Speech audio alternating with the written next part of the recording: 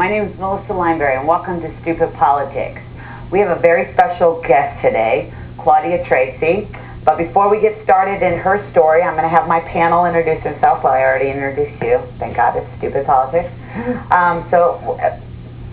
Give us your name and where you're from, and I'll let my panel, and then we'll talk about what we're here for today. Well, you're right. My name is Claudia Treacy. And I'm here because my son was arrested. It was a couple years ago. I got involved in the story. It was in March of 2007. Things just didn't add up. I let him run his own life. He's 32 now, but I thought, this does not make any sense. So I started looking into it in March, and then he was arrested again in April. And then they arrested him while he was in jail. I mean, I actually did. And then I thought that there was some sort of conspiracy just against my son. And maybe there was, but I found out it's not the only thing going on in Indianapolis, Indiana, which is, it's beyond belief. I mean, sometimes I wake up and I pinch myself. All right, and we'll be talking more about that. Go ahead, introduce yourself. Hi, my name is Michael Davis, and I'm here today to discuss this issue and basic issue of integrity in our government institutions. My name's Rachel Grubb, and I'm here to ask some questions also, get this thing straightened out.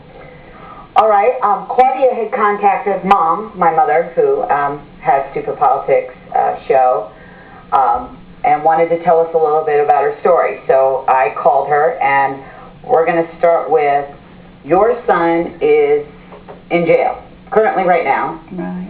And has been in jail since? Well, he was arrested this time on the 7th of April. Well, hang on, let's back up. When did he's been in and out of jail since 2007? Okay, 2007. So March of 2007.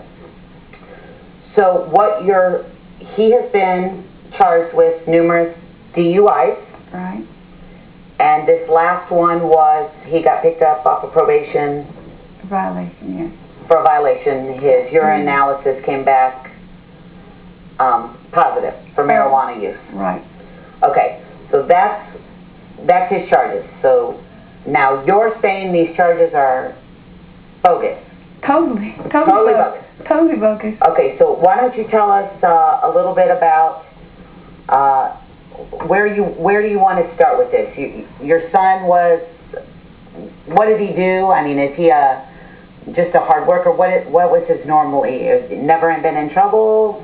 No, not, he was a normal kid, I never did anything serious. Maybe he got some tickets, traffic tickets. But he never really caused me any trouble.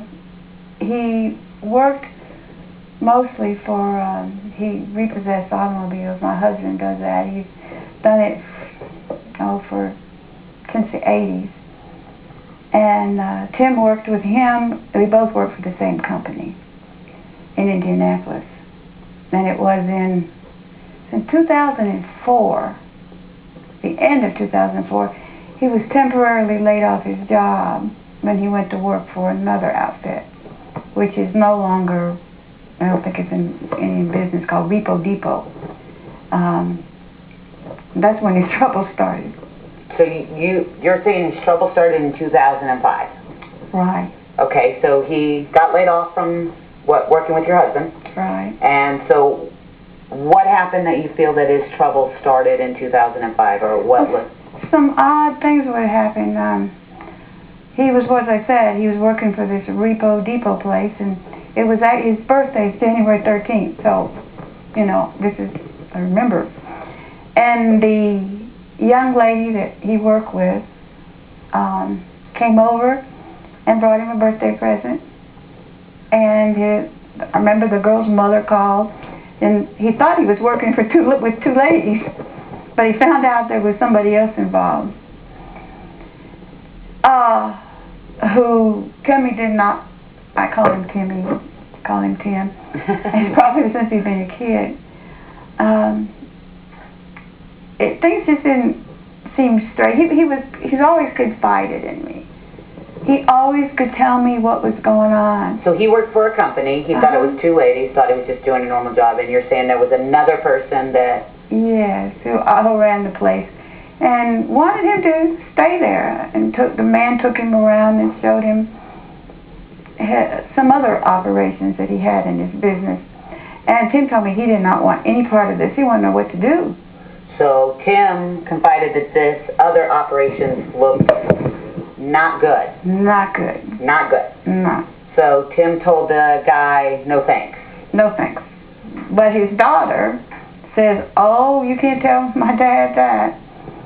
When he said he was going to go after you. And you're just speculating now because you actually, with all of this, don't know what started it. No. That's just your But guess. this is when the troubles began. Okay, so he tells this guy no, and then what happens that he quits his job? Yeah, he quits the job. And, Okay. And it was shortly thereafter, he also, this is all rather interwoven, just prior to this girlfriend, he was dating this girl that her name